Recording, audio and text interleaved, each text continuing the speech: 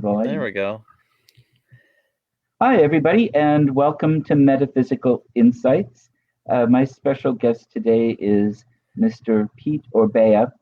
Uh, Pete he's been a good friend for a lot of years, but he is Mr. Paranormal Port Gamble. And not just the paranormal part, you pretty much run the city nowadays.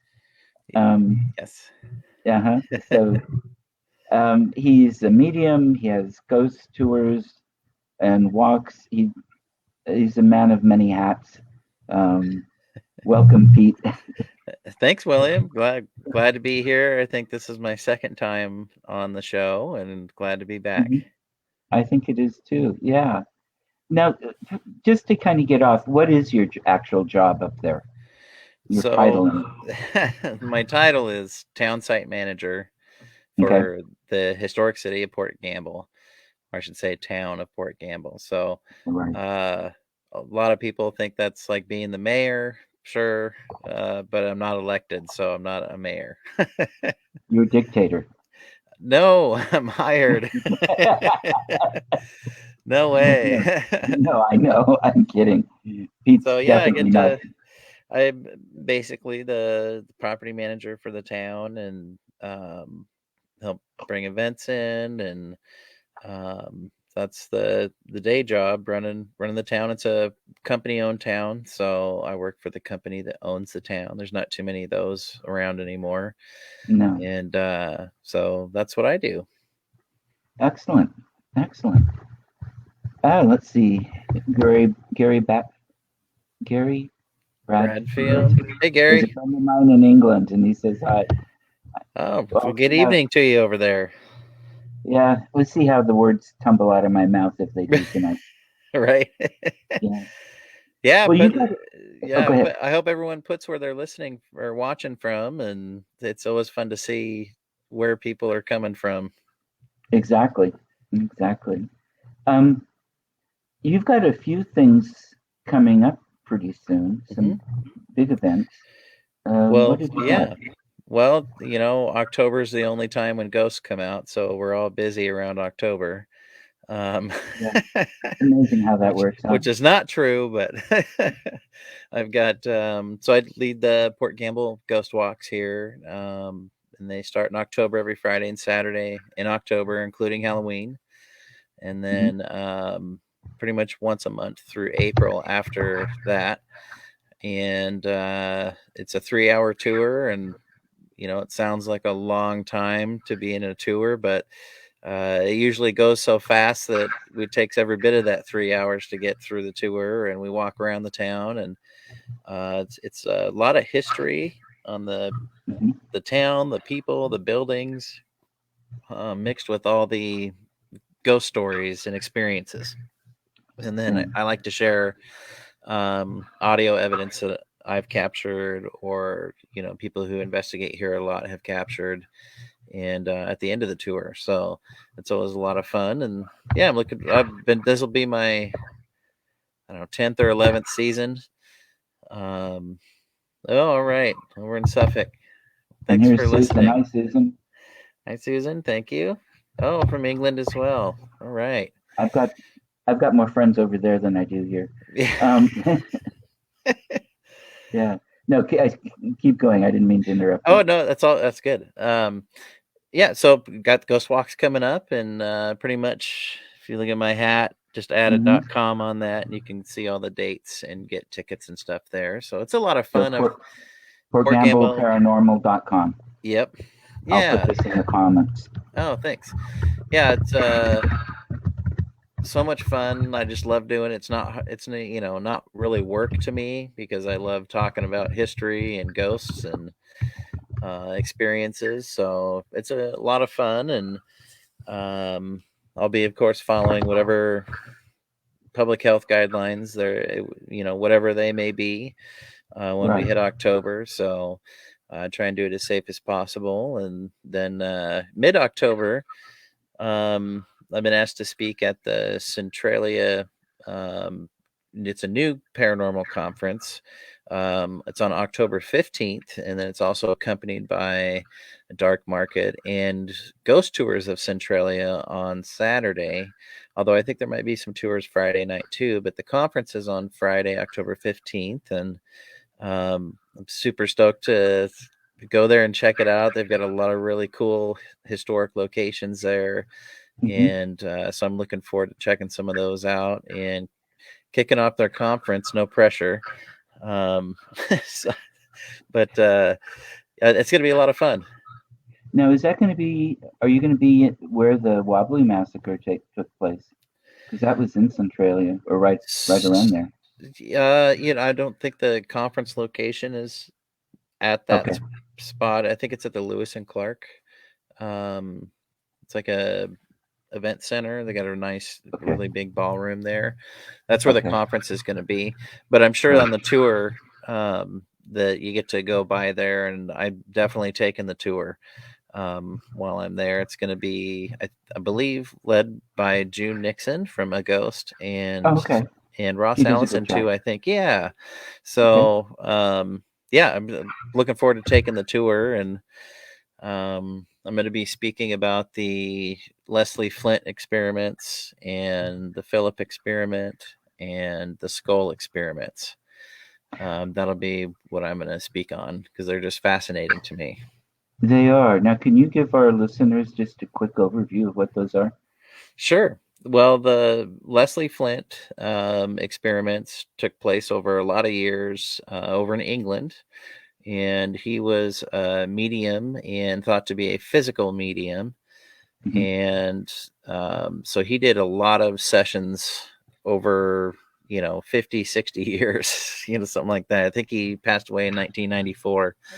um, but he there was mixed reviews on his experiments and what people thought, but it was interesting because he would have all these different voices that Hmm. would seem to be in the room near him. Now, there's some claims of hoaxing with him, but Okay. they also did some experiments where they would actually, members of the Society of Psychical Research would actually come in and tape his mouth shut, put water, a fluid in his mouth, like a dyed fluid in his mouth, and a certain amount, and then they would check it at the end of the session, and sometimes the fluid level had not changed, meaning he couldn't speak, or they Hmm. would put sensors on his throat, and because they were trying to see who's actually saying these voices, because they were also very Wow. different, men, women. There was a boy.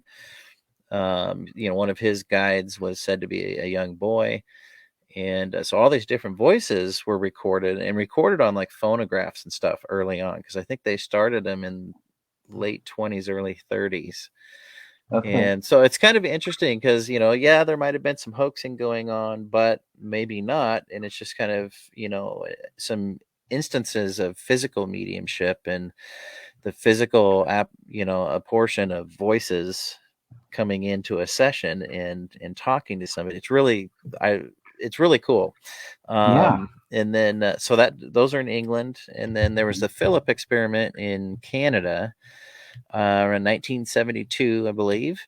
Okay. And it was an experiment to see if like the power of intent, and you get a group of like-minded people together, can are we actually manifesting spirits ourselves that may not actually be there? So what this group did was they came up with this backstory for this spirit, and they called him Philip, and he was a historical figure from medieval times, or kind of the beginning of the Renaissance times. And we went through all these things, and relationships and death and everything. So they came up with this fabricated backstory, but started focusing on that as if it was real. And some of the results during the experiment were actually pretty interesting, Hmm. of them seeing to be able to manifest the spirit almost on call, and they even did it on TV in Canada. And there's been a lot of subsequent experiments very much like that, but it's just an interesting parapsychological experiment that took Wow. place. Yeah, and then the other one I'd is love to the watch that show, whatever it was on.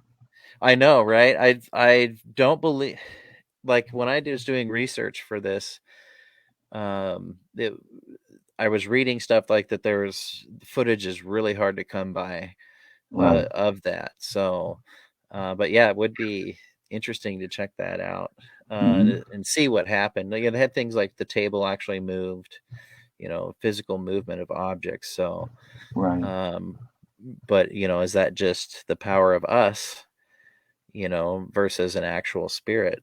And Exactly.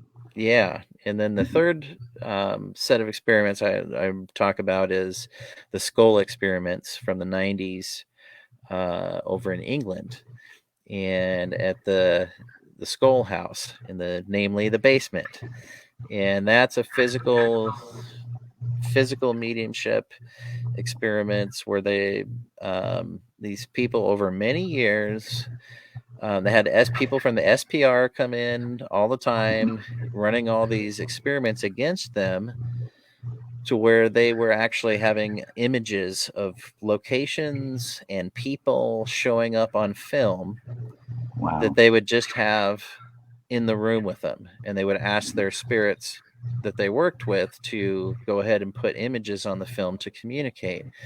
They had physical a portion of objects like a hand, like an actual hand appearing, Mm. um, drawings showing up on film of some of Thomas Edison's stuff, and it's just really strange how this whole thing works. So that's my favorite one of the three that I'll be talking about, because there's so much.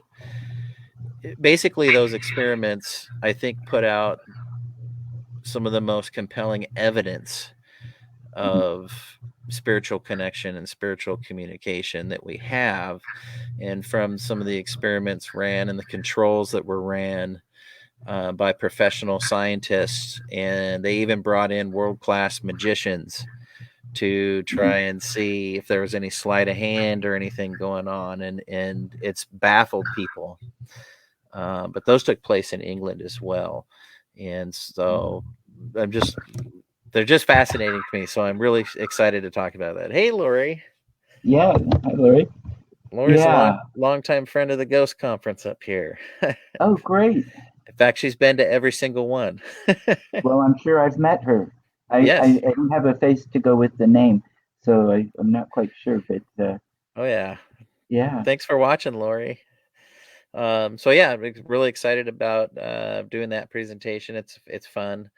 And Hmm. then then we've got the Port Gamble Ghost Conference coming up, and it's the 12th annual this year, Wow. November 5th through 7th. And as long as we don't go backwards with public health mandates and stuff, as long as we don't really go backwards, we're planning for an in-person.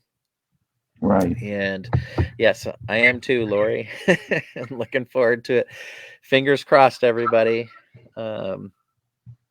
So yeah, as long as we don't go backwards, it'll be November 5th through 7th in Port Gamble at the Hood Canal Vista Pavilion. And it's 3 days, so Friday through Sunday. And we have speaking presentations and classes Friday night. And then you get to investigate. There's 2 investigation time slots. And Hmm. then on Saturday, it'll be a full day of speakers and classes, along with a gallery reading with Nkasha Menti Saturday night at the pavilion. So that's always a fun part of the conference. And then And we've Kasha, got, I can't say enough about I her know, as a person and as a medium. You yes, really need to see her in yeah, action if you can, and meet yeah, her if you can. I mean, that'll be, amazing. yeah, Mhm. that'll be Friday, or excuse me, Saturday, November 6th. And then we have 3 investigation time slots on that Saturday night. And then Sunday, we've got a couple of roundtable discussions, a psychic panel, and then just like an overall Q&A session along with some speakers and Mhm. classes. And we've gotten a few people sign up for speaking and classes, and that would include you. Yay, very good. William's going to be teaching a class and doing a speaking presentation during the conference, and we have applications available. I need more. I think, probably imagine people are probably waiting to kind of see what happens till it gets a little bit closer. So planning's kind of a little difficult this year.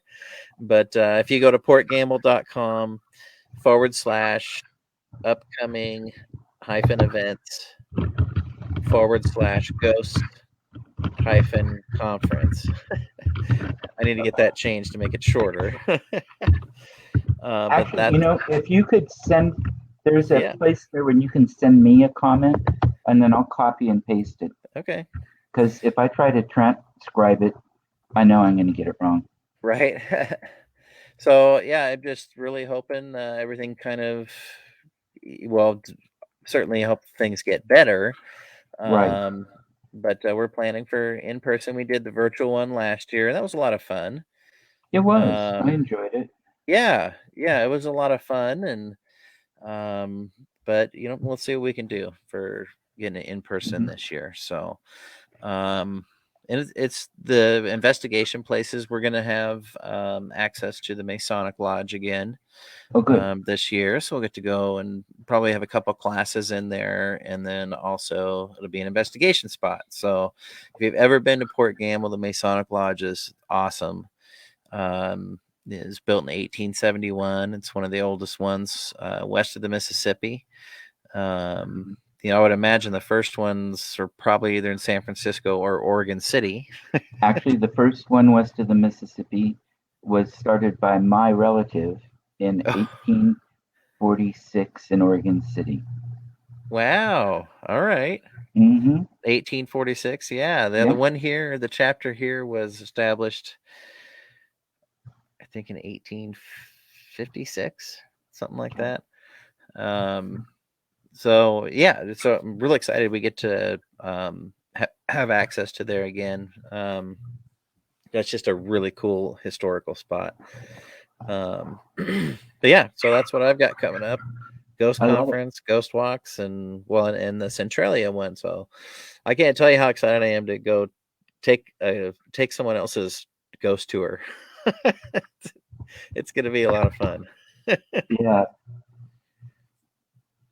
Oh yeah. Okay. So Gary, you're next to where that. Yeah, Village of Skull in Norfolk.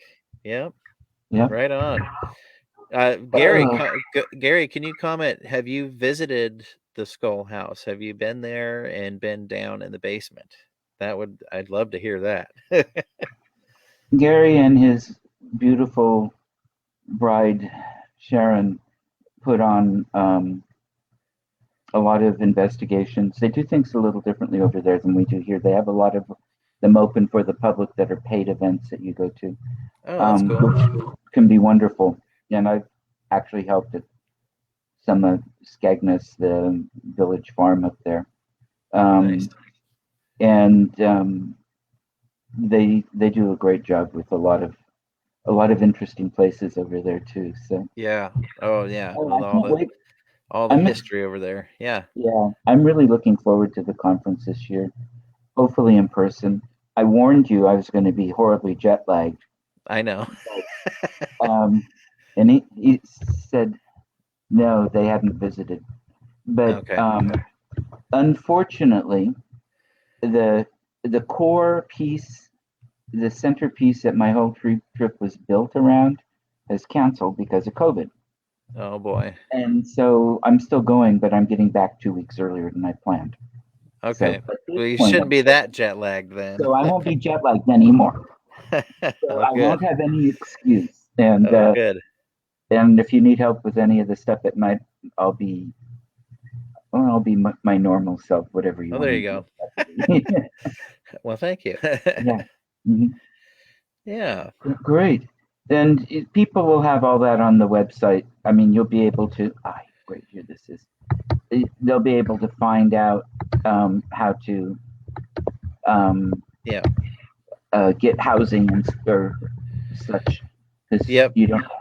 I'll be continually updating the website, so stay tuned. And I hope to have the general admission tickets for the conference mid-month this month. So And then as we book more speakers and classes, then I'll start getting the schedule of events out there. And as we get a little bit closer, then we'll get class tickets available online, investigation tickets and things like that.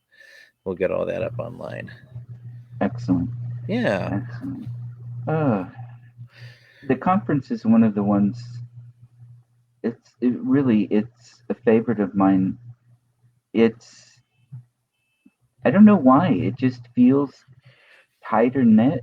It feels really well focused, but a lot of fun. Thanks. Yeah. And people that know their stuff. And, Yeah. with a few exceptions, like some of us that get up there on stage. But,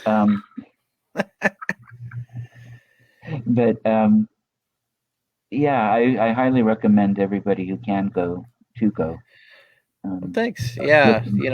I want to try and keep a focus on, being inviting and, a place where people can come and share their experiences as well and talk to other people, talk to people on teams, talk to people like you, just about their own experiences and, open some more minds up and, Right.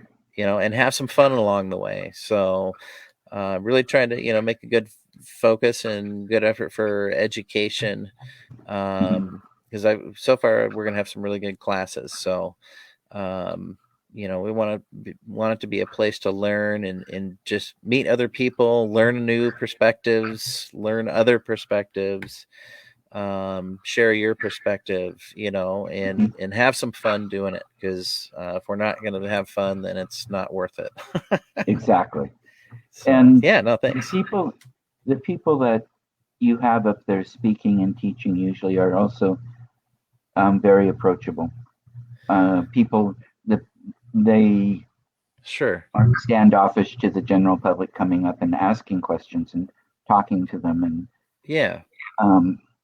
so it's good all the way around that way too. And I've been on Thanks. tours a lot, and definitely take them even if you don't go to the conference. Oh, But thanks. yeah, The no, you're checks in the welcome. mail. Yeah. Well, I used to give tours. I know a good one when I see it. Oh, Um, good. so, now, what kind of, well, let me back up slightly. Part of what I like about your area is not only is everything haunted, but you have a lot of stuff there that isn't human. Now, when I say that, I don't mean evil, I don't mean demons, I don't mean Right. any of that's. Anyway, I won't go there. But um, the first elemental I saw with my own two eyes, I saw there. And there's so much more. Yeah. And what what kinds of things have you encountered, or what do you think is behind all of this? How does this all work? Hmm. I'm sorry to throw this at you out of midair. Yeah. Well, I'll say that, you and I have taught some classes together, and Mm-hmm. this is a good part of the class. When you're talking about things that are maybe non-human, Right. spirits, non-human survival. Um, I it's just not something that I've opened to. I'm open to it. I want to experience it. It's just, I just seem to maybe, let's focus on human, survival, or see pets occasionally as well. Mm-hmm. Um, but as far as elementals or real ancient things, it's something that it's just not the time for me, or maybe it's not supposed to be for me. Mm-hmm. um I'm hoping it's just it'll happen when it's supposed to happen. But there's definitely a lot of strange energies up here. And you asked, what do I think is behind all of it? And if I'm honest, I'll just say I don't know Mm-hmm. what's behind it. My sense is that with all the tidal energy, the quartz in the bedrock here, the Native American connection to the land here, hundreds, thousands of years, a connection with the earth, to the land here. you know the town has been maintained here. The newest house here in town is 1919, but everything's been maintained. The yards are cut, the houses are painted, so it's kind of like it's still this little working town from so long ago, that's what's going on. That it's because it's still like it was 100 years ago when it was, more of a booming town. Excuse me. Um, that's why things are sticking around. Then if you think about, Native American connection here, well, there's a connection right there, I think, to older spirits that are older than man being here in this location. That's probably one of the big parts of it. It's just a unique area with all sorts of water energy around. It's not an island, but we're almost surrounded by water.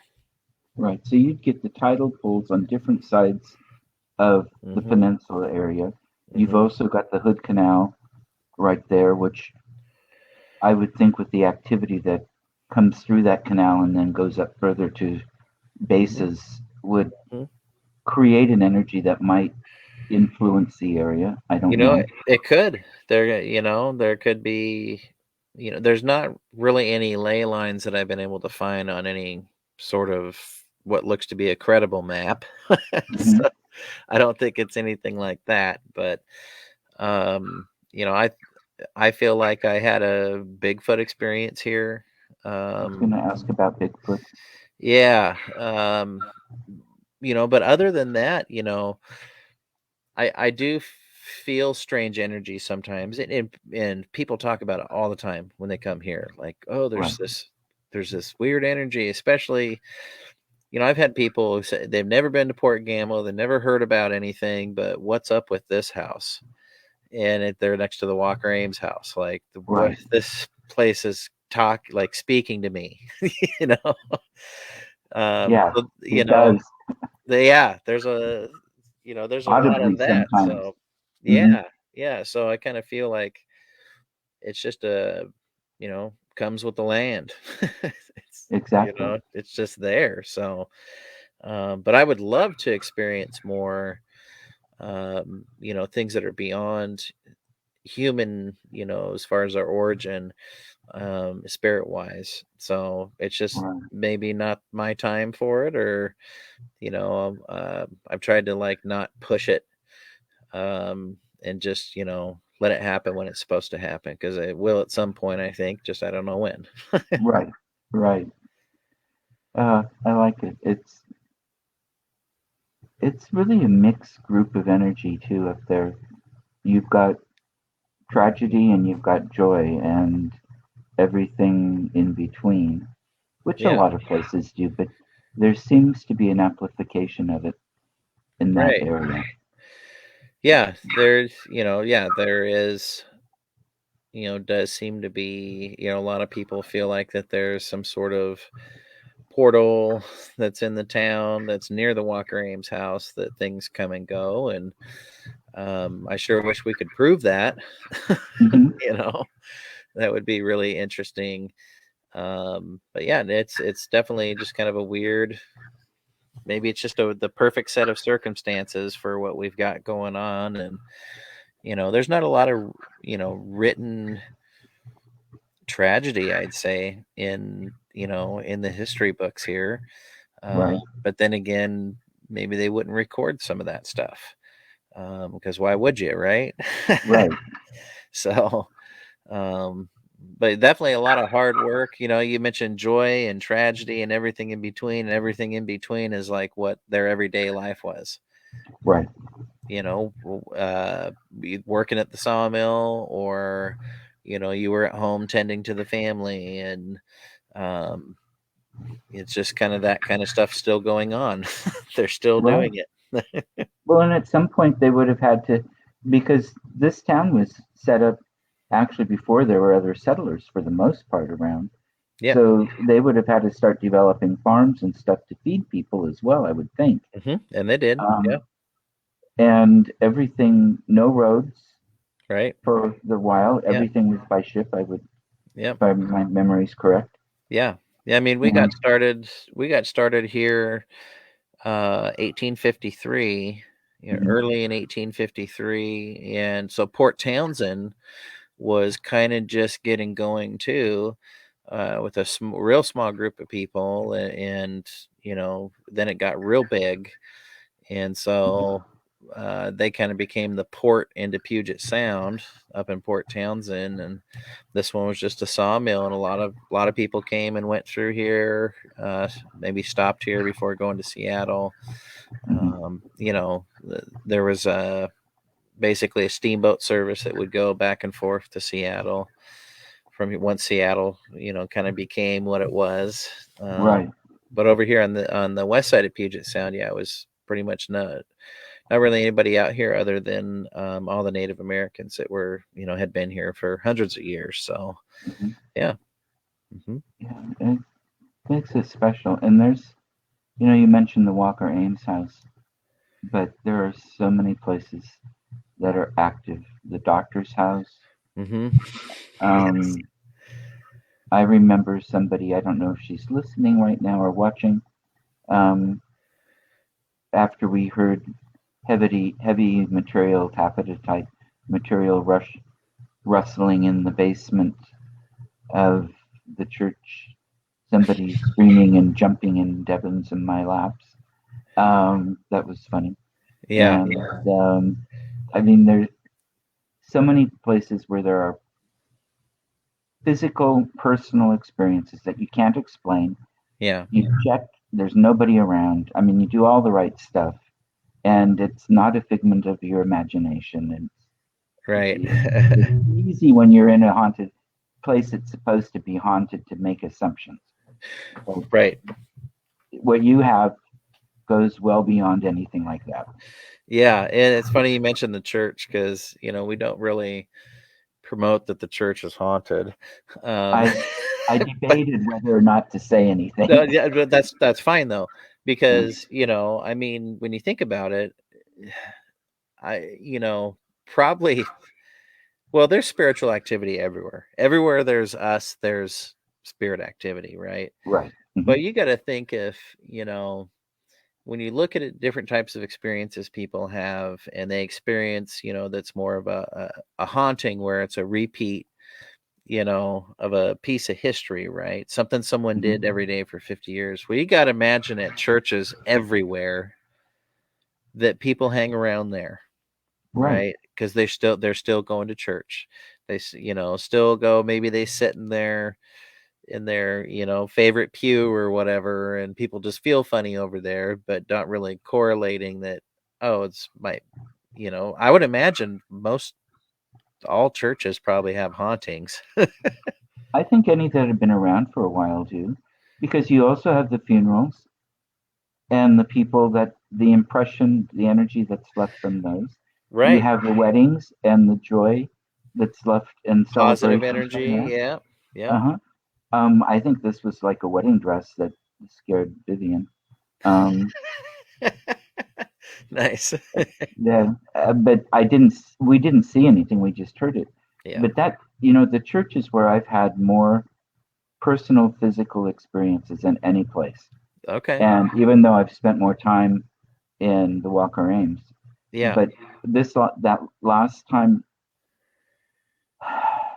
we had footsteps, we had voices, and we check outside because walls are thin, sound travels. Yeah. Sure. No, there was nobody there. There's music. No, nothing was playing across the bay at the casinos and such. There Right. was no music out there. Um, we chasing shadows, and there were Yeah. just three of us in there, Yeah. and there weren't people outside with legs and Yeah. such. I mean, it was amazing, and I Yeah. love it. They I've didn't talk much to us, but yeah, I've spent a lot of time in there, over the years with my day job. Hmm. Um, and I'd be in there a lot by myself, getting ready to show the church for a wedding, client or whatever it might be. And so I'd be in there a lot by myself. And I know some of the other employees, have had experiences, but for me, a lot of what happens is when I'm in the basement and beneath the sanctuary, and then I hear what sounds like a softball size wooden ball hit the floor, only bounces, like tut, like, because it's like wood is what it sounds like. And then I Right. can hear it roll across the floor. And so then every time I go look, all right, where are you at? And Uh-huh. there's nothing on the floor, nothing out of place. One evening in there during the ghost conference, this was probably 3 years ago, 3 or 4 years ago.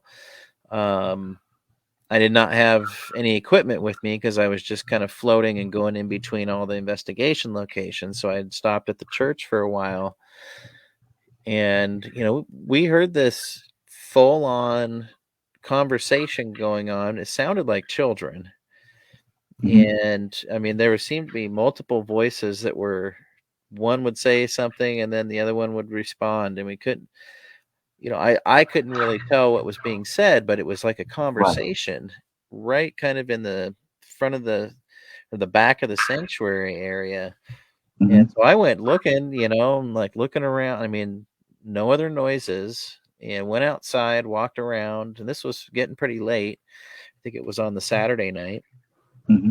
And I was just like, what? There's nobody around here. And that was really intriguing to me. Yeah. Yeah. And those conversations are types of things that I've heard them with adults too, Yeah. Yeah. And you know? did I see Lori comment some Yeah, about let me put the it back up postmaster? again. Yeah, the postmaster's house. Hmm. What have been your impressions, experiences there? So she's talking about the Jackson house, Okay. and yeah, and that was built in 1871. Um, and that's a very strange house. It's an odd house just as far as the layout goes of it. There's all these little rooms downstairs and then a couple of big rooms upstairs. Um, and Lori, that is a very interesting location. I've on investigation there. I did mediumship readings there for a while when I was starting out doing it. Okay. It's that house That then. house, yep, Yep. yeah, Okay. Jackson House. And um, during investigation, I was in one of the closets upstairs, and it was kind of a long closet. It was, kind of like a little bit wider than a doorway as far as the Hmm. width of the closet, but it goes like the length of the house. So it's long. And I was just kind of standing up there and just, absorbing the area, just seeing what I could experience. And at the end of the closet, at the other end, something whistled at me, and kind of like that sort of whistle. I Okay. shine my light down there. There's nobody there, and I did get a little creeped out with that one. But gosh, I mean, I've been in there and heard somebody walking down the stairs from Hmm. upstairs to downstairs and looking at the staircase. And I mean, you don't see anybody physically, Right. but you hear that. There was a time I was in the shop with just kind of standing in the front. It was retail, a little Right. retail area, and it was me and the shop owner and another person. And as we were talking, all of a sudden we hear this music box music, and Oh, I don't lovely. know. I never figured out what the tune was, but the music box, little Hmm. chimey type sounds, and we all kind of stopped and said, "Is that a music box?" And as soon as we said that, there was kind of like a box closing kind of sound, and the Right. music stopped, and it was coming from the area of the staircase. And we were like, what in the world? And then the shop owner said, well, I don't have any music boxes here, that's for sure. Mhm. And it was just kind of coming from somewhere. That was really cool. There's a spirit of a cat that's been witnessed in there many times over Okay. the years. And everyone kind of describes that cat as kind of like a reddish colored calico sort of pattern to it. And I never got to see the cat, although many other people, children and adults alike, both reporting it, and then they would have them draw the cat. Pick colors of crayons, and then the kids would draw a very similar color, and the adults would describe it the same as well. Mhm. And one of my favorite stories that I have for that was where I came really close to seeing the cat. Was I was touring a travel writer around the town, and just for general experience. And Right. he had asked me about the hauntings here. And so I said, oh, well, we have to go into this house, which is the Jackson house. And they had it at that time set up as like a tea room. So there was these Mhm. different setups in kind of the different rooms. And so he went to go check them all out and got in towards the back of the house. And it was myself. He had his wife with him, and then the shop owner. While he was out, looking at the different rooms, we were just kind of chit chatting, and he got in the back, and we hear, "Hey, what the heck?" And he comes back towards the front, kind of marched up there, and was like, "Hey, your cat acted like he wanted me to pet it. So when I went down to pick it up, it disappeared. What the heck?" And she said, "Oh, you've seen our ghost cat." Now we have white picket fences here in Port Gamble, and he Right. turned a whiter shade than the white picket fences here. That was a pretty good one. I I was like there, that. but I didn't see the cat. Hmm. But that's a really interesting house there. I haven't bugged the tenants that are in there now, the business that's in there now. They didn't seem to want to know anything about it, and so I don't press on that kind of stuff. But Right. it's a very interesting location, that's for sure. Hmm. Yeah. I. It's the energy and what stays and what doesn't stay, and Hmm. I mean, just the way all of it works there, I think is fascinating too. There seems to be energy that fits some of the businesses better than others, in certain buildings other than others, Sure. and it's not location, it's not house, it's all Yeah. the rest of it. That Yeah. um, Well, William, I'll tell you, I've had um oh, there's my lovely wife Molly. yeah, Isn't that I the think house that that is someone fun. took a photo on your tour and later saw a gentleman in the window? Yes. Yeah. On portgambleparanormal.com there is a photo. Um he's probably all grown up now, Connor. This, he took a picture on one of the tours, and yeah, you can find it there at the link there. Um Took a photo of the front of the house, and a gentleman was standing in the window looking back at us. And I encourage everybody to go check out this photo and see what you think. I used to be on the team of Olympic Peninsula Paranormal Society, Team Ops. And when I was a part of the team, that's when this had happened. And Mhm. we actually tried to recreate that photo during a separate investigation, and we couldn't replicate the photo, and so it felt like it was probably a legit apparition standing in the photo looking back at us. So go check it out and see for yourself, and see what you think. Yeah, that's a good one there. Yeah. um, I've seen that photo and it's very clear. And I yeah, think it's I've seen photos. I think I've seen photos of the cat. Aren't there photos of the cat? there might be out there. I don't remember. I don't have any, and so yeah, there might be some out there. No, maybe I um, haven't. I get a picture of in my mind of it, and I don't remember having any. contact with the cat and knowing it was a ghost, but it seems like I've seen a cat there. Yeah. But maybe a picture, maybe a real cat. I don't know, Right. but probably a real cat. But Yeah. but I'm not an animal communicator, so at least not so much. So if it was a solid form, I wouldn't know. Right. Yeah. I mean, if it looks real, Hmm. your And eyes I are going to don't, tell you, oh, that's real. and unless they come up and rub them, around my leg or something, I'm not going to reach down and pet Exactly. a Yeah. strange cat. I Well, like keeping my fingers. yeah. So recently, I'll share. And I think I shared this on my show.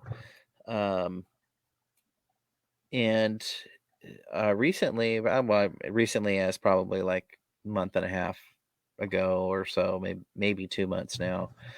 Hmm. I was down at the Walker Ames house and was waiting to let a small team in for short. Just kind of wanted to check some things out, and well after the town was closed down, and because all the businesses will close up, and then it's just quiet here. Right, And so I was down there, and I had forgot something in my car. And on the back of the house, there's a ramp that comes down, and then it turns and goes down farther to where the street side parking is. And so I was walking down the ramp, and then I turned down to go down the last part of the ramp, and I would happen to be looking over at the general store.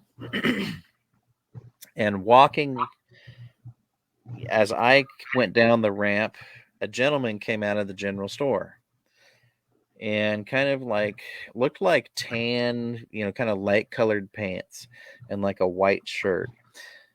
And in years past, pre-COVID, if the restaurant's open late, dishwashers and people closing up are going to be there a lot later than after it closes, right? right, So that's an uncommon thing to see. But usually during my tour season, so I don't freak them out, will say, "Hey, I'm down here," just so they don't see a silhouette standing up by the Walker Ames house and think, "Oh my God." So I right. usually will say something. Uh-huh. And so I was coming down the ramp, and I look over, just happened to look over, and this gentleman comes out of the store. And so I waved as I continued walking down the ramp and said, "Hey, it's just Pete down here." And as soon as I got to the bottom of the ramp, I realized, well, that person's no longer there. They're just gone. There's no cars. So nobody was there working. I mean, there's no cars anywhere.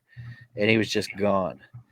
Yeah, but Wow. I could see the arms and legs, I Uh-huh. couldn't really get a hair color or anything like that, but I thought it was a person. Right. And I was like, "Hey, it's just Pete down here." And oh, hey, where'd you go? Oh, And I then there love was it. nobody there. So that was just, probably within the last 2 months. Um, Fantastic. yeah, that was really cool. One of those, as soon as I realized what it happened, like I should have had my phone out. Oh, that would have been gone by the time you turned it on. I know. Um, Yeah. oh, oh, here's another question from Gary. I don't know about the Kensington Runestone. I've heard of it. Let me see if I can remember.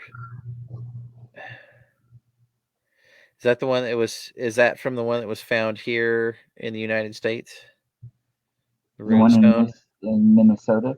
No, that one No, I've got a it's copy of like that one. maybe Kentucky or something. And I we'll see what he don't says. know. I don't know that I'm familiar with that. I I know about the probably one that am, was but I in can't think Minnesota. about it. Yeah. Yeah, Remind and me where it's from. I see Kensington and I think of London area, but Hmm. um, yeah, Well, I wouldn't. Viking Stone in Yeah. USA. I'm not a whole lot knowledgeable on much stuff, though. The Viking Stone in the USA.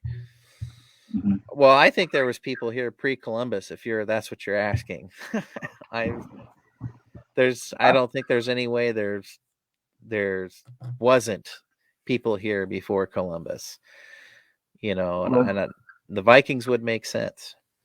they've pretty well proven that now. I mean, we've got some Viking sites Yeah. up in there's been a lot of controversy about the stone, if it's the one I think Gary's talking about. In It was found, I think, in Minnesota. I was there as a kid, Mm-hmm. and whether or not it was real or faked, and Yeah. you can still nobody's quite sure. It seems like, Yeah. would they have gotten that far or not? Yeah. But yeah, they definitely were on the coast, and Yeah. there are stories. I mean, my dad, who was a history teacher and not a conspiracy person, and not somebody that was into wild tales or anything except for Mm-hmm. maybe a little entertainment.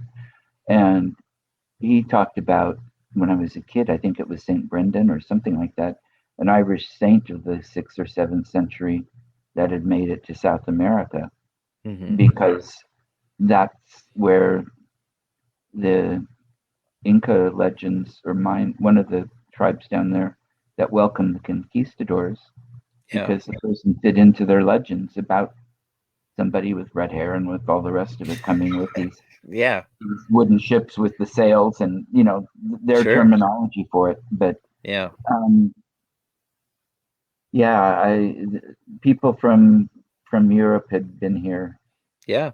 I mean, I think there's even some evidence, and I know there's some studies that have taken place on the Basque people from the Basque region in Europe that were they were known for sailing, and based on some DNA research, there's some evidence leaning towards there's possibly uh, people from the Basque country coming over pre-Columbus as well.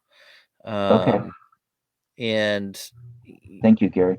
you know, that's DNA. That's like science, type dating, and Because we can like trace that backwards. I mean, if they find it, yeah, especially if they find it in Native American populations, and that's exactly where they're finding it. and they were no, is that, and because some of the, oh, was it Cherokee?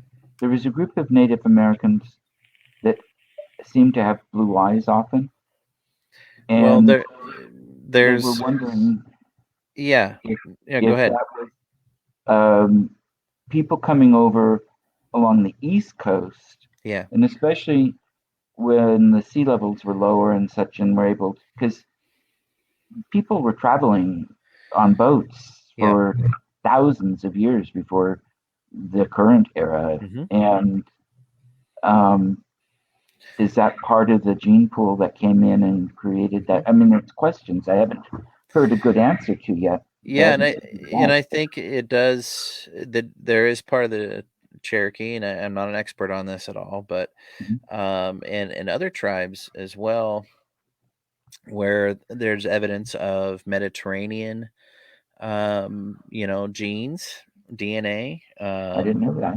Yeah, Mediterranean. Well, and then African as well. A lot of intermixing between escaped slaves back then Oh, yeah. and Native Americans, people deserting their ships in New Orleans, Yeah. from the Mediterranean, and they're kind of mixing, and um, you know, it's known as the red bone people, and that's I don't think was the nicest term, but I think it's been more accepted.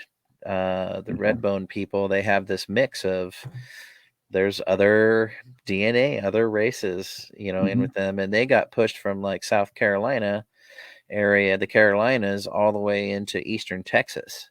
Over the years, the more as the United States expanded, and they got Right. pushed from all the way up there, all the way down, through the South and into no man's land, the Arroyo Hondo area. Right. And so, yeah, I mean, that's proof there, I think, Right. the But of pretty course, that's strong later. evidence.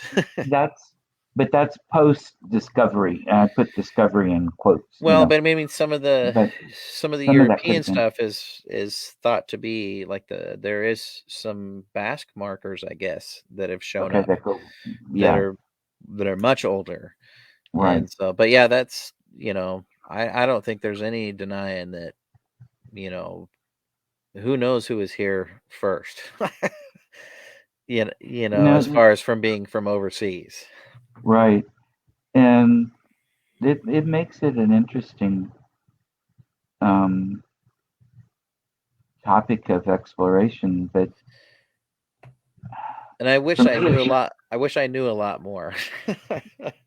Someday. yeah, well, we keep finding out more and more all the time too, including over Yeah. the main migration routes and such. And the latest Yeah. I've heard is basically that area of the Bering Straits. That was a huge area that Hmm. was ice blocked, but they couldn't get through for like 20,000 years. The people who then became down and became the Native Americans um, By were walking over forming it. a unique, yeah, and they formed a unique gene pool. Yeah. That that's why it's so easy to tell. But then you get all those other influences too. Gary's Yeah. got more information here too. Yeah. Okay. 1898. Yep. He was Swedish. Yeah. Yeah, Oh, the good info. Thank you. yeah, that is. And I used to know all the stories about that stone from back in the day, and Yeah. I've watched I feel like I knew all history about it too documentaries at and some point, and it then trickles out, and exactly. There's so much that comes in, I and don't know. I feel like it I'm full becomes of use. I'm full of useless knowledge, maybe, but some useful. yeah. I love it. Um, where I don't like to ask the normal questions where what was your scariest or your favorite or whatever like that. But Mhm. um, do you get a chance because you are a good medium? I mean, in fact, aren't you doing a Thanks. mediumship reading at the Centralia conference? Well, no, I'm just gonna have a table there, and so anybody who wants to come by at the dark market and get a quick Okay. reading, I'll give it my best shot. And I forgot, I also have also coming up in October. I can't believe I didn't mention this earlier, but I'm going to be. I'm lucky to be on a panel for a gallery reading through the station I do a show on, Let's Talk Radio, and it's gallery reading for the world is what it's called. It's October 30th, the day before Halloween, so it's on a Saturday, and 4 p.m. Eastern, 1 p.m. Pacific, and it's going to be me, myself, and I. It's gonna, me and Missy Hart and Diet Renee, who have shows on Let's Talk Radio. And that's WLTKDB.com. It's this right here. You can see Uh-huh. that. um, and so that's $40 a ticket, but I think it's going to be a fun experience, and doing it virtually. And as well as I do in a gallery reading, you never know who's going to show up. So That's right. hopefully, the people that need to come through will come through, Mhm. and have some messages that people need. Right. Um, so that's coming up October 30th. But That's the yeah, one I was thinking of. Yep. yeah. And so at the Centralia thing, I think I'm just gonna have a table and see what happens. Fantastic. Hey, Hi, Vivian. Vivian. Greetings. Yeah. I've already told how you screamed at the church. See if she's going to be up in town too. It looks like we're going to be doing a fundraiser for the Francis Ermatinger House here in Oregon City. I'm Right a board on. member, and it looks so far like it's going to be a go where we'll have a seance, a two-part thing. They're kind of separate, and then a very small group investigating so from like 8:30 to 3:30 in the morning or Oh, something, that's cool. which is something that doesn't usually happen. And the Yeah. format's going to be more like I get bored within 5 minutes of the normal. format sometimes. Um, but so this is more of this house is built for people and entertaining, and the Nice. decisions were made and all the rest of it. So we'll use a lot of the standard stuff, but in a different Yeah. way. And Vivian's got some um, experiments and some new techniques, I believe, set Yeah. up that she's used before. And Are for you once, gonna are you gonna dress, from the 1800s, anything like that? I'm not sure. It depends on how well my I have a few COVID pounds, and I'm not sure how well my period clothes fit me. Um, but we might. Um, Yeah, interesting. but we're keeping it small. I think we've got a total of 20 tickets we're going to sell for the Yeah. seance, and it'll be a two-part. There'll be people exploring a part of the house while one group's at the seance, and then switch. And I Okay. think the investigation part, other than um, members that are of the team working on the event, I think we're only going to sell 10 tickets, Nice. just to Yeah. keep it manageable. And I'm going to be responsible for the place. I want to keep an eye on everybody. Right. Well, yeah, being protective of it, and sure. I feel the same way about the Walker Ames house. Yeah, we talked about it, Gary. And once everything is set for sure, and we have the ticket um, event set up and all the rest of it, then I'll start posting that. But um, uh, it looks like we've got to go ahead from the city at this point, Oh, and that's good. going to be in December. Um, Nice.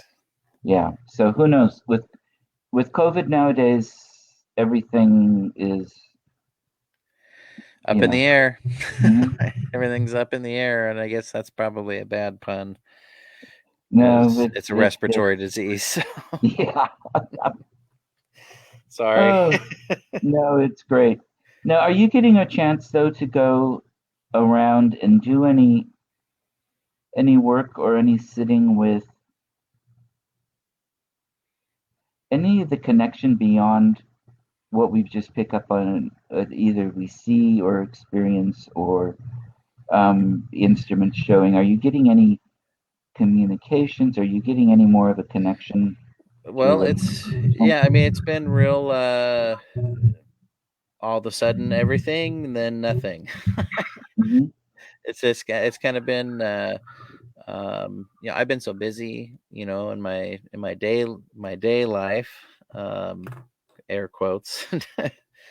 Mhm. um, I haven't really done much other than just working like crazy. Oh, thank you, Vivian, for wearing the Port Gamble Paranormal cap. Right on. Thanks for representing.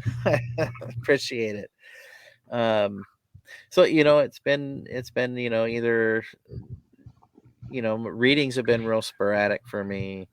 Just Mhm. being, and I think it's just kind of the nature of I'm not really promoting it too much. I've just been really busy this year, Right. and so I definitely my challenge is to make the time that I need for myself to develop and practice and things like that. So that's a challenge. Mhm. Being busy all the time. And of course, as soon as I can stop doing something and have a break, then I'm like exhausted.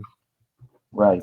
And so then I just want to, Or you you've got a know, little girl on your lap or something like that. yeah, or two of Yeah. this, or two of them. Right. Um, so it's yes and no. I've had the opportunity to work on a couple of different things virtually, and which has been really cool. And one of those experiences was pretty intense. Um, with I felt like somebody was trying to, um, really kind of. I felt like I was almost going to have a physical mediumship session, but I like Uh-oh. my body wasn't letting it happen, and so it was and I didn't know if I wanted it to happen. So it was really intense. Of You don't want it to happen until you've studied and learned and been prepared. right. Talk to Vivian about that because she Okay, does yeah. some of that. Yeah, so I had an experience where the spirit was it was very intense, and Mhm. it shook me for a couple of days. Um, so I've had stuff, been able to work on some things here and there, and Mhm. do a couple readings here and there. Of course, now that we're coming into the fall season, I'm sure I'll get a lot of calls and emails about readings, and Yeah. I just love doing it. And it's always a modulating process for me, Mhm. as probably with everybody. I don't always, you know, do the same things each time. I just kind of, I've been learning to just kind of roll with whatever's needs to happen. Right. Because that must be how it's supposed to happen. Always go with your gut feeling, Vivian says. Oh, thank you. And I need to trust that more. Yeah. So that, I mean, what about you? I mean, it's just been a weird year and a half, and I feel like if my job situation was not what it is, then I would definitely like put way more time into really focusing and Mhm. trying to develop and stuff. So I just have to make myself do that sometimes, you Right. know. Yeah. And I've been working on, and especially some of my meditation and such, with um, trying to go deeper into the metaphysical understanding, spending more time with the the universal piece and Hmm. with my ancient guides. And I picked up another one that's kind of taking me into another area a little bit because that's so much where my interest goes. And I've been doing some reading about the world scale and the general Hmm. thing. And actually, some of it, um, I'm going to move this and I'm going to just put this down slightly for a second because the chair's ugly.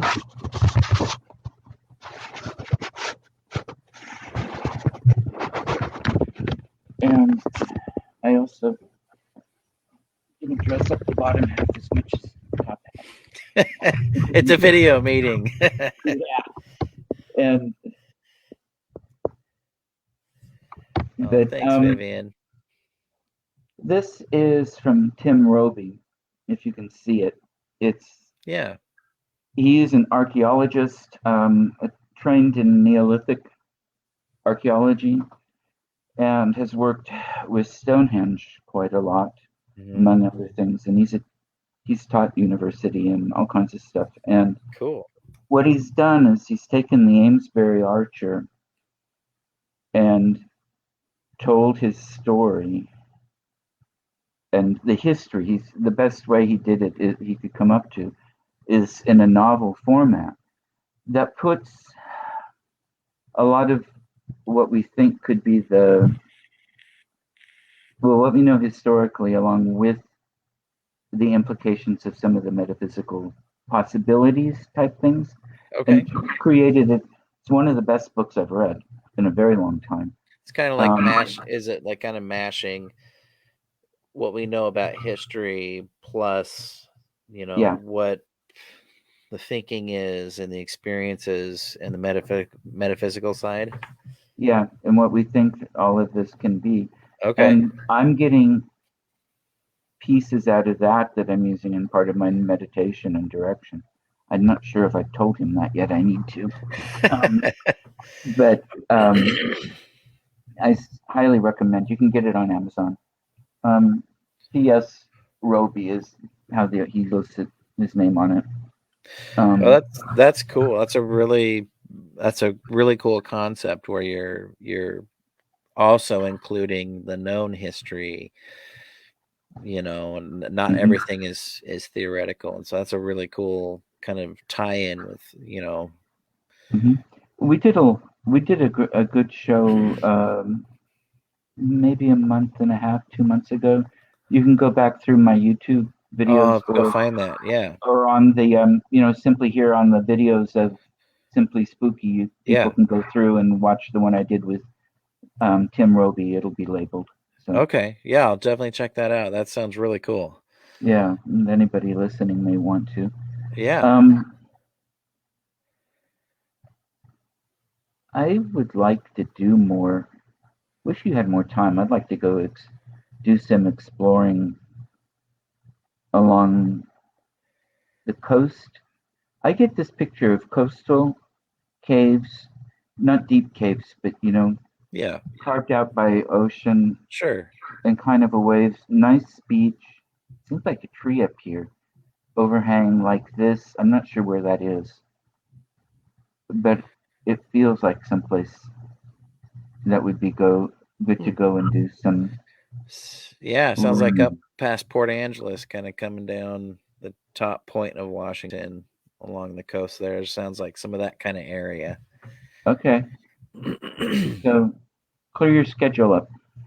Yeah, I'll get right on that. Yeah.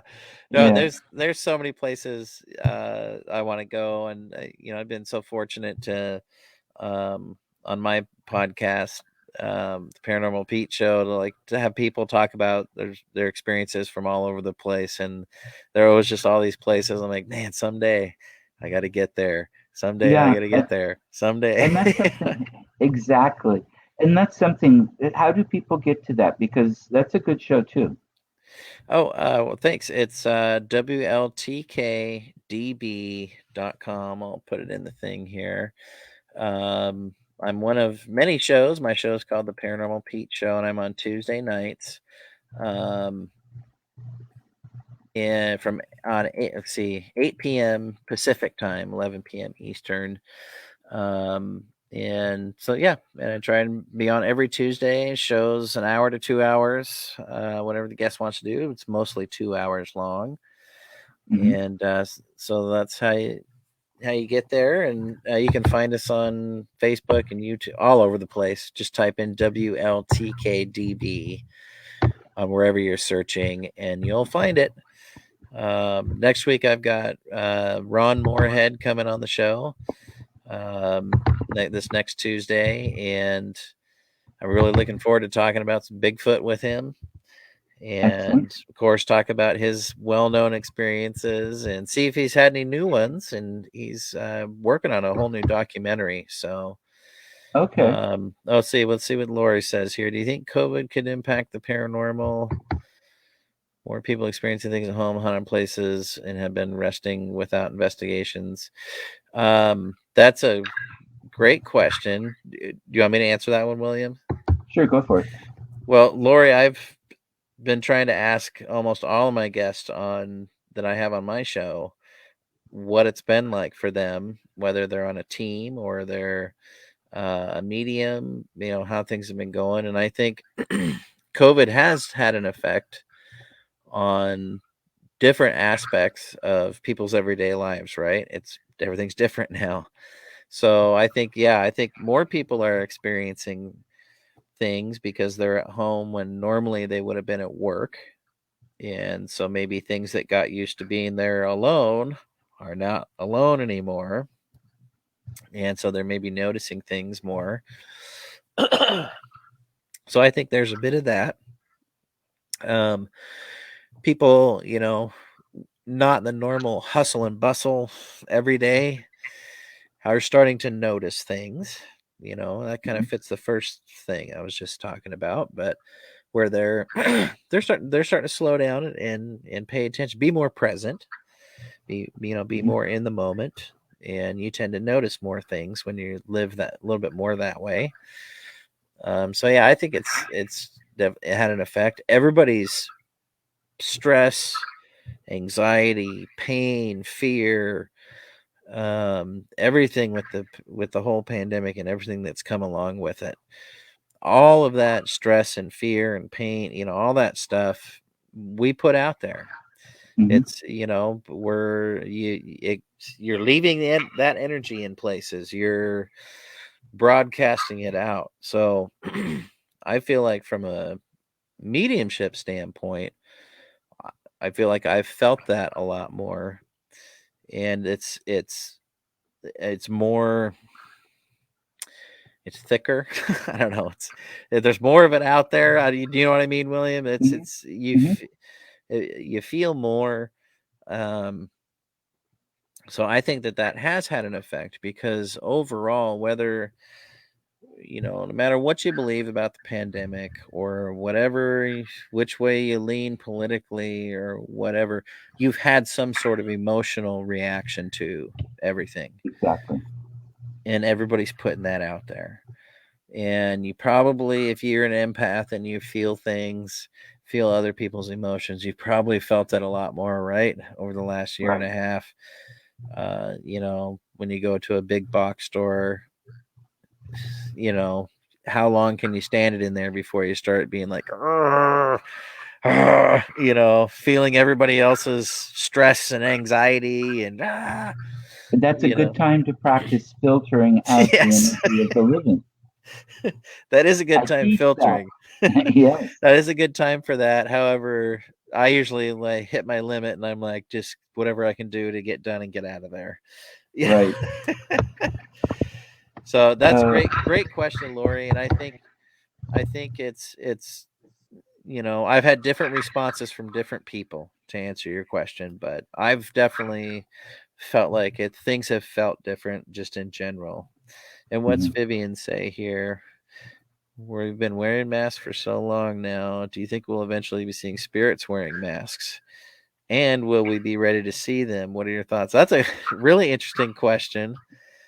And I've actually, a couple of times when I've been investigating, kind of just had the thought of, oh, if the spirits that the timeline that I think they're from is pre the influenza epidemic, right, 100 years ago. And so I've said, oh, so I've kind of started adding, when I'm investigating, when I'm introducing myself and letting the location know what I'm doing, that, and also saying we have masks on because there is a pandemic out there and a virus, much like the influenza pandemic in the early 1900s. And so I have been trying to say, so if the spirits are seeing us going, and I always say it's not because of you, but we're wearing masks to protect ourselves. And, who knows? We may very well see experience some spirits with masks if they died of coronavirus, you know, Mhm. and when they died, they probably had being in the hospital. Most of those cases probably did have a mask. So I think there's a real good chance that you could see people would experience, a spirit, an apparition, of somebody wearing a mask. I think that's definitely possible. What do you think? Yeah, I think so. I don't think there would be any problem being ready for it because, I mean, it would just be like an apparition wearing anything else that they wear. It's something that's appropriate for them at the time. Sure. Um, so I don't think that would be strange, but I'm interested to see what happens, especially Yeah. around funeral parlors and hospitals, Hmm. and around some of the um, Hospitals for sure.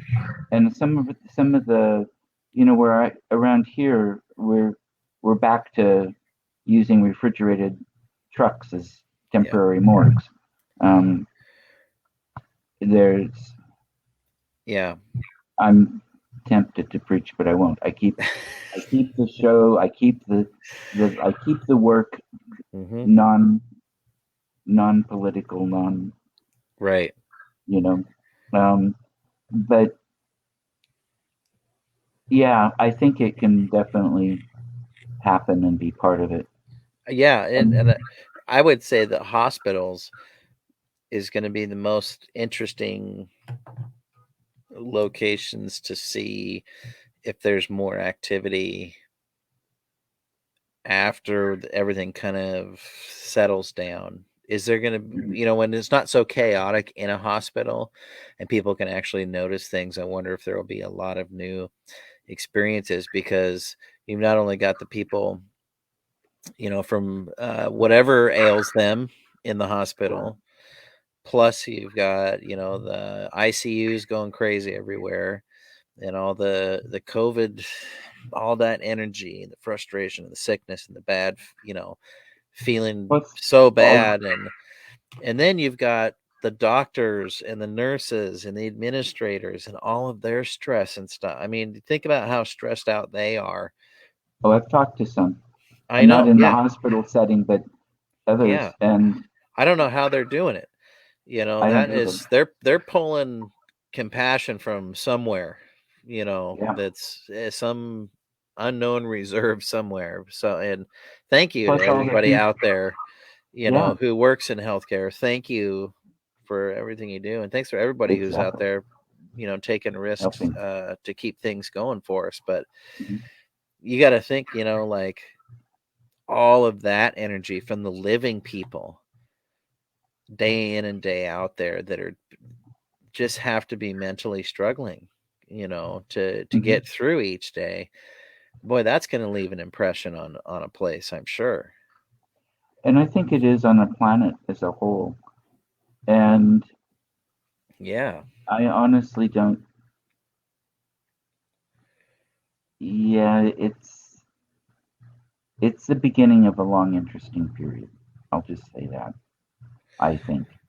It could be, And but it could end up being one of the best periods, though, in could time. be. That's the Could be. mindset I'm trying to have. That's good. I like your mindset. Um, and I hope so. I'm I see a little bit, which I may not be seeing accurately, and I might not be right. But um, let's see. We got a couple more pieces here. This is in response to a piece from Molly that answered Vivian. I don't know if Molly, you want me to share it or not. And then Gary put this up, Spirits are human, and as human beings, we are noisy indeed. Spirit has had the especially chance. Americans. Yeah, especially Americans. Yeah. Uh, Spirit has had the chance to be noisy for 18 months to 2 years. So, yes, spirit activity to me has increased. And I also Yeah. think that, places that are used to having people come in to talk to them specifically that haven't been having that, um, I think it's like, we're ready. We miss you, come in Hmm. and talk. Yeah. And then you've got the other ones that are going, thank God they're not coming around and bothering us anymore. Exactly. I think, one thing Gary mentioned in there, which I think's, a super important point to bring up. See if I can talk today. Um, is, they're human as we are, and Hmm. that is such an important thing to remember in, paranormal research, and spiritual work and mediumship. Yeah, ghosts are people once too, just like you and me. And Hmm. if you can remember and put them in that context, things change. You start thinking about things in a different way. So I think Gary had a really nice little point in there of, they're human just as we are. Right. And yeah, so they can be noisy, they can be rude, and they can be jerks, just like That's right. living humans are. Yeah. And which probably explains a lot of negative experiences people have, not Hmm. demons, more of somebody who's just a jerk. Exactly. Yeah. And nice and caring as well, but Yeah. all parts of human personality is part of the human spirit world, where all those personalities are still there in Hmm. some form. So yeah, the great one, Gary. That was a good point. Yeah. Yeah. And I've noticed that with some of them too, you can have the dominant part of their personality from whichever place. The part that was the jolly guy at the pub, the part that was at home, and the part that was in the office. They can Yep. all be different. Sure. Yeah. Isn't that weird? How if maybe like you said, you go to someone's house, their pub, and their work, and if people have had experiences at all three places, there'll probably be different kinds of experiences or a different tone to whatever the experience was. That's interesting. I like that. Yeah. This has been fantastic. Let's see, we've been going for about an hour and 25 minutes. Do you want to keep going, or are you ready to wind down? I'm ready to wind down, sure. I keep it pretty open for the guests. Anybody else out there have any questions? Yeah, definitely check out the Port Gamble Ghost Conference. And William, I don't know if you can I can do this. When we hope to see you there, and you'll get to see William there doing a class and a speaking presentation, and Yeah, let's see. that was a lot of fun. Whoops, There's that's that. not the Ghost Conference one. That's that one. That's fine too. Everything's interlinked, isn't it? Sort of. Okay, good. You're as bad as I am. Here we go. Yes, that's it. Yeah. So, we'll be, there's a lot of stuff I got to add to the website. So stay tuned. But hoping to see people in a safe way. Hopefully everything's safe. Right. We certainly don't want things to be unsafe. So Pete does a really good job with the website for this. And other things, they're well organized. It's part of what he does, his job. So maybe not as organized this year, but okay. trying to be and kind of just rolling with unknowns, just like last year. He makes a visitor-friendly website, so Okay. Yeah, and last year worked out well, and it's going to be nice to have it back in Port Gamble again. And all we need now are a couple of small hotels there. Yeah, that won't happen, but yes, I agree. Yeah, and while you're there, just check out portgamble.com anyways, just to kind of check out the town and hopefully check out portgambleparanormal.com, and you can see more on the spooky side of the town and what I do. Yeah, and it's a great place to just go up and spend an afternoon. Yeah. The shops It's are about really cool. From Portland area. Mm-hmm. So it's a bit of a drive, but it's doable. It's not bad. And the Seattle area, it's closer. There are a couple guest houses there. There are towns within about 20-minute drive that have hotels. Yeah. And the shops, depends on what's open, how and when, but the food has always been good when I've been there. Mm-hmm. In the couple different places to eat. There aren't a lot, but there are a couple. And the shops are interesting. They all have, there's a variety of different kinds of things. Something for everybody usually. Yeah, and it's not a huge town. I mean, we're talking the whole town site's 127 acres. Yeah. And all the shops and restaurants are, on a small little main strip road. Little kind of a block, yeah. Yeah. Yeah, there's not a whole lot. And then the rest there. So there's about 70. I think there's about 75 people that live here or so. There's about 75 of us. So it's a real small little town, but it's a lot of fun. Yeah. That's from Lori. All right, Lori, we'll see you in a few weeks. Yeah. Well, everybody, I want to thank you all for coming, and I especially want to thank Pete for being my guest and having a chance to talk. He's such a busy guy. I had to figure out some way to actually have a conversation with him. Sorry. I know. So, I'm just being manipulative. Never mind. But it's great. And this is probably the last regular scheduled